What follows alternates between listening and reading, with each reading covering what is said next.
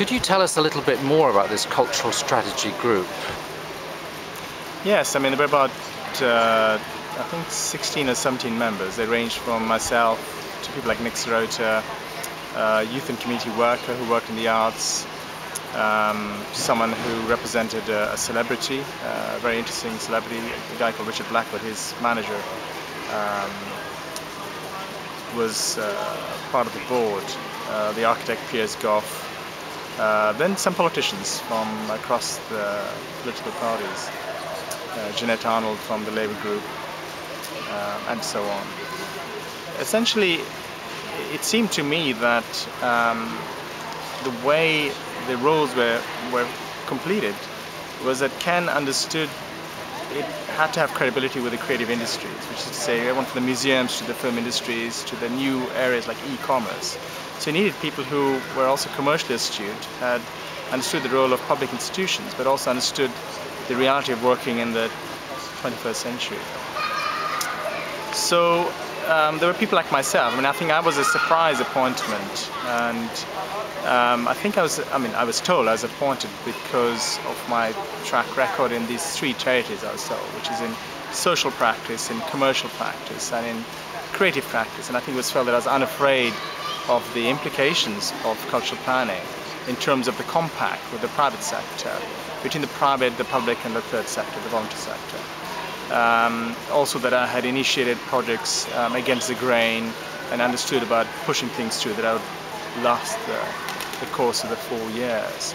I think in terms of the membership of the group, what we were less clear about was the degree to which as individuals and even as a strategy group we had authority. Looking on the table, I had the chief executive of London Arts there, the chair of London Arts. Chief executive and the chair both attended as observers, because in a way we had some responsibility for arts funding in London, because we were due to appoint trustees and key appointments in the arts bodies in London and the museums, film bodies and so on. So it was felt that they couldn't sit on the board, but they could be there as observers. They were crucial there. So we had this spread of people who came from public funding institutions, the private sector, those who had no affiliation, including myself, although I'd worked across the three fields, fundamentally an independent, a freelancer. Different age groups. I think there was quite a heterogeneity in terms of ethnicity, gender, and I think disability as well. But above all, I think these are people who are pretty autonomous in how they work. I don't think we had any institutional types, I would say. I think a lot of us have worked with institutions, but I think Ken's mandate was that these people should be able to operate freely and independently. He gave us that license, but that we had credibility because we came with some institutional affiliation, some of us, and a track record of actually doing things, making them happen. So the membership of just over a dozen people with kind of co-chairing, we essentially had to make up the rules as we went along, and I think the first 3 months I spent there, a lot of it was in behind-the-scenes negotiation with some of the institutions who had been left out, and negotiations within the group so that we could set up working practices which they felt were worthwhile then coming in. I mean, if you think of somebody like Nick Sirota, who was sitting on the group as well, you know, he had a very big task on his hands with the two Tates and various other projects, which were very much alive and kicking, and with many development priorities there. For him to devote time to sit in a strategy group, you know, you don't do that freely, and your brand, your authority is dispersed and diluted if you're doing something which isn't leading to anything.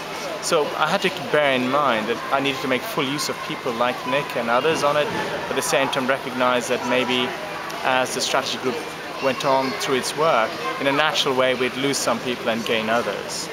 And I'd say, looking back, the first 3 months with these 16 people or so was one of finding a comfortable way for all of us to be in the same space together and develop a language of discussion and decision making. I think we were a little bit lost. I mean, chairing was absolutely fine, and I had some clarity about that and the direction Ken was wanting us to take. But I think I understood in the role of a facilitator that the group had, plenty of heterodoxy in it. There were different points of view, very good points of view, and we needed to find a way not to work by committee, but to really be rewarded by having such a range of individuals there.